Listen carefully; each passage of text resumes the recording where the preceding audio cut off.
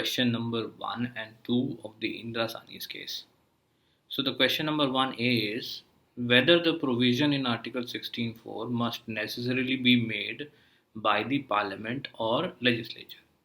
Now there is a contention by Shri K.K. Venugopal that if the executive is also allowed to publish notifications of reservations, then the political part of the state will be provided an area of exercise which is very prone to abuses. But the court rejected the idea and held that notifications for reservations can be passed by the executive also. Now, the answer to the question, the legal answer to the question, lies hidden in three provisions of the Constitution. Remember, three provisions of the Constitution. Number one is Article 12, number two is Article 13, and number three is Article 16.4 itself. Now, the statement made by the judges in this case is that the use of the expression provision in clause 4 appears to us to be not without design. Now, if it is said that a notification for reservation can only be made by the legislature, then it is the view of the judges that instead of the word provision, law should have been mentioned. So the word provision is expanding the scope of the legal instruments which can be involved in publishing or notifying seats for reservation. Further, under Article 12, we have seen that there has been a development in the concept of other authorities. For example, agencies or instrumentalities concept has come up after the development of Article 12, which we have discussed in the very first few lectures of constitutional law. Now, for example, local authority, it will mean municipalities and panchayats. Now, if in municipalities and panchayats and other similar bodies, in agencies and in instrumentalities, reservation has to be brought in. So, is it necessary that the state government and the central government, under whose jurisdiction such authorities are functioning, has to bring up a law with their own legislature? So it would be, according to the judges, not reasonable, it is not possible, and it is not practicable also. Under Article 13, they go to the definition of law. So any law which will contravene the fundamental rights can be held to be invalid. So law for the purpose of infringement of fundamental rights is order, bylaw, rule, regulations included. So, if all these things are included for the purposes of law which can be used for intervention, contravention, or infringement, now it becomes clear that a measure of the nature contemplated by Article 16.4 can be provided not only by the Parliament or legislature but also by the executive in respect of central and state services and by the local bodies and other authorities contemplated by Article 12. In such a situation, it would be unreasonable and inappropriate to insist that reservation in all these services should be provided by the Parliament. So, since many of these organizations are having their own legislature, so it would be wrong to say that such a notification has to be passed by the Parliament or the state legislatures. Further, the very use of the word provision in Article 16.4 is significant, whereas Clause 3 and 5 of 16 and Clause 2 to 6 of 19 use the word law. Article 16.4 uses the word provision. So there is an intention behind the legislature when they are not using the word law in 16.4 as they have done in other provisions, but not for the purpose of 16.4. So regulation of service conditions by orders and rules made by the executive was a well-known feature at the time of the framing of the constitution. So this is one of the reasons of the use of the word provision. Further, on the question of abuse by the political executive, the argument is with respect to the argument of abuse of power by political executive, we may say that there is adequate safeguard against the misuse by the political executive of the power. How? They say that any determination of backwardness is not a subjective exercise nor a matter of subjective satisfaction. Now, this safeguard will be also important for the case of M. Nagaraj and also for the case of Jarnail Singh. Therefore, further it is said that as held herein, as also by earlier judgments, the exercise is an objective one. So, who is backward and who is not backward is an objective assessment and not a subjective assessment. Therefore, certain objective social and other criteria have to be satisfied before any group or class of citizens could be treated as backward. So, when the government has to find, the political executive has to find backward citizens, then they have to fulfill certain criteria objectively and not subjectively. If the executive includes groups or classes not satisfying the relevant criteria, then it would be a clear case of fraud on power. So it is important to see that fraud by the political executive has been mentioned in the judgment. So it is not for the first time that fraud as a word has been used in any judgment imposing liability on the political executive. Now, question number 1b. Now, this is not very important. The question is very simple. Whether an executive order making a provision under 16.4 is enforceable forthwith, or does it require a ratification? Does it require an approval by the parliament? That is the question. So it says that when they have allowed the executive to pass notifications for the policy of reservation, then it is not necessary to discuss the question further. So the main statements I have underlined here. Now come to question 2a. Whether clause 4 of article 16 is an exception to clause 1. So this has been a contention running from Balaji and has been accepted in Devadasan also. But when we referred to State of Kerala versus N.M. Thomas, we saw that the majority was of the opinion that 16.4 cannot be termed as an exception to 16.1. Now, the judgment of Indrasani accepts the decisions of the majority of N.M. Thomas case. Therefore, it says, in our respectful opinion, the view taken by the majority in Thomas is the correct one. We too believe that Article 16.1 does permit reasonable classification. Further, for assuring equality of opportunity, it may well be necessary in certain situations to treat unequally situated persons unequally. Not doing so would perpetuate and accentuate inequality. What is Article 16.4 then? Then Article 16.4 is an instance of such classification and it puts into place the matter beyond controversy. So it is one of the classifications which is implicit in 16.1. The backward class of citizens are classified as a separate category deserving a special treatment in the nature of reservation. Accordingly, we hold that clause 4 of Article 16 is not an exception of clause 1 of Article 16. It is an instance of classification implicit in and permitted by clause 1. They also refer to the speech of Dr. B.R. Ambedkar during the debate, and it said that 16.4 is brought because provision was made for the entry of certain communities which have so far been outside the administration.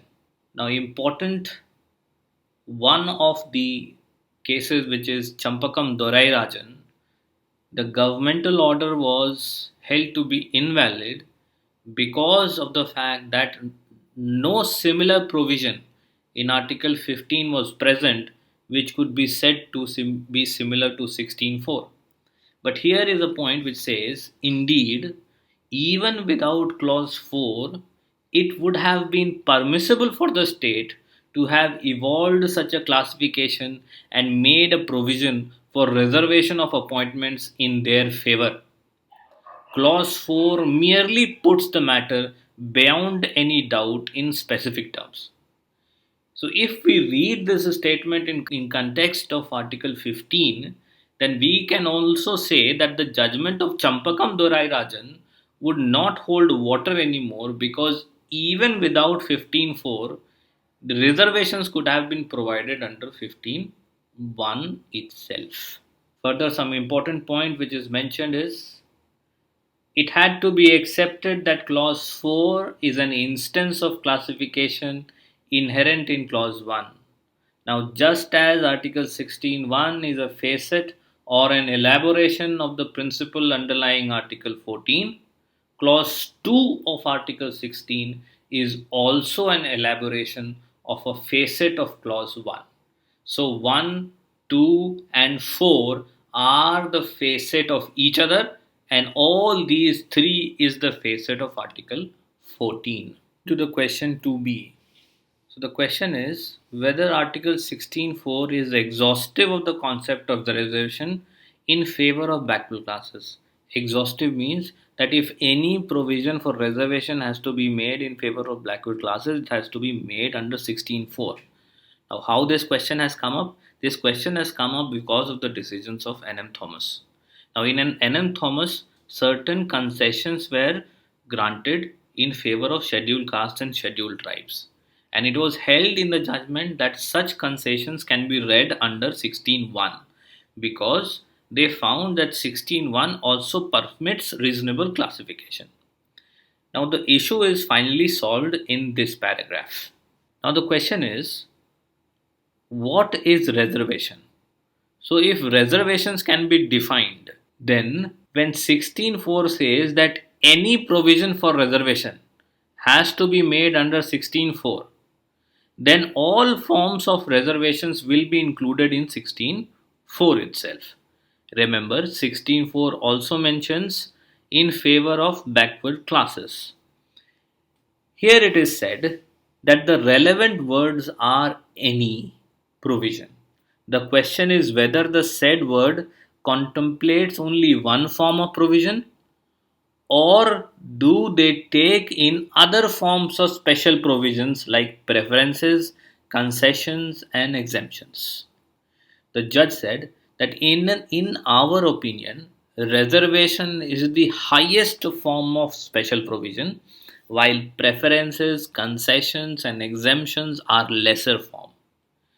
The constitutional scheme and context of Article 16.4 induces them to take the view that the larger concept of reservations take within its sweep all supplemental and ancillary provisions, as also lesser types of special provisions like exemptions, concessions, and relaxations.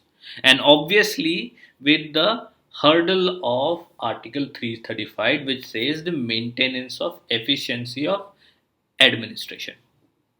Now, if any provision for reservation will include the higher form of provision and the lesser forms of the provision, then the word reservation in itself will include all the forms of reservations or concessions or relaxations.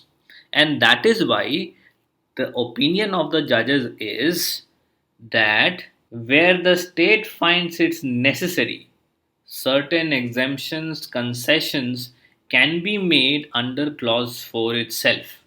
Now, if clause 4 mentions any provision for reservation, then any provision includes larger forms and the lesser forms together.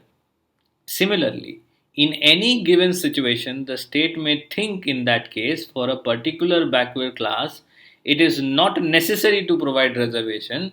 It would be sufficient if a certain preference or concessions is provided in their favor. So, if reservation is not required for backward classes, then concessions and relaxations can be provided in their favor. In this sense, clause 4 of Article 16 is exhaustive of the special provisions that can be made in favor of backward class of citizens. So it means that for any form of reservations and also in favor of backward classes have to be made under 16.4 and not 16.1. Further, it is said that it should be presumed that no further classification or special treatment is permissible in their favor apart from or outside of clause 4 of article 16. Coming to the next question, 2c, whether article 16.4 is exhaustive of the very concept of reservation. Now, the question 2b is exhaustive in favor of backward classes. Question 2c is exhaustive for the concept of reservation itself. It is not limiting itself to backward classes or not. So, if we have seen that 16.4 is an instance of such classification and 16.1 can allow further classifications, then it would not be correct to say that 16.4 is exhaustive of the concept of reservations. So, under 16.1, the government can classify and provide special provisions for reservation. Therefore, it is said that merely because one form of classification is stated as a specific clause, it does not follow that the very concept and power of classification implicit in 16.1 is exhausted thereby. To say so would not be correct in principle. But there is a check. If you want to classify any other class of citizens and provide them with reservation, it is to be under very exceptional situations and not for all and sundry reasons that any further reservations of whatever kind should be provided. Why exceptional situations? Because the very presence of clause 4 should act as a damper upon the propensity of the state to create further classes deserving special treatment. The reason for such a damper effect is that if further reservations are provided, then the seats which are fixed for reserved categories and for open categories will be reduced, will be whittled down, and that will not be a reasonable thing to do. Whether clause 1 of article 16 permit any reservation? So likewise, if article 16.4 is a special form, then there can be other forms. So 16.1 can also permit reservation. Now it says that in para 7733 they have referred to this question already. Para 733. At this stage, we wish to clarify one particular aspect. Article 16.1 is a facet of Article 14. Just as Article 14 permits reasonable classification, so does Article 16.1. A classification may involve reservation of seats as the case may be. So 16.1 can have a classification and it can also involve reservation of seats. In other words, under clause 1 of 16, appointments or posts can be reserved in favor of a class. Now, some argument as to why, for the reservation in favor of economically weaker sections, a fresh amendment was done to the constitution and was not allowed within 16.4. Now, some points for consideration is, if you see on paragraph 741, it is said that the backward class of citizens are classified as a separate category deserving a separate treatment or a special treatment. Now, if you see the origin of this 16.4, Dr. Ambedkar said that it is made for certain communities which have been outside the administration. Therefore, clause 4 is for those who have not been included in the administrative services of the state. Secondly, if we go to paragraph 743, here it says that 16.4 is exhaustive of any special provision that can be made in favor of backward class of citizens. Attached to it is the point of the 50% rule, which we will come to later on. But it also says that it should be presumed that no further classification or special treatment is permissible.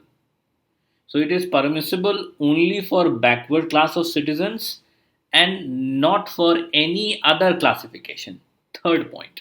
If we say that economically weaker sections have been included under 16.1 and not under 16.4, that economically weaker sections are not backward class of citizens, they are a different classification, then under 16.1 such a classification may be held to be valid. But in order to find that a classification, there has to be reasons which are exceptional, because the presence of clause 4 will act as a damper on reading a fresh classification under 16.1. Now 733, as we have already seen, that a fresh classification can be accepted in favor of a class. Now, what that class would be, it has to be proved by the state with some exceptional reasons.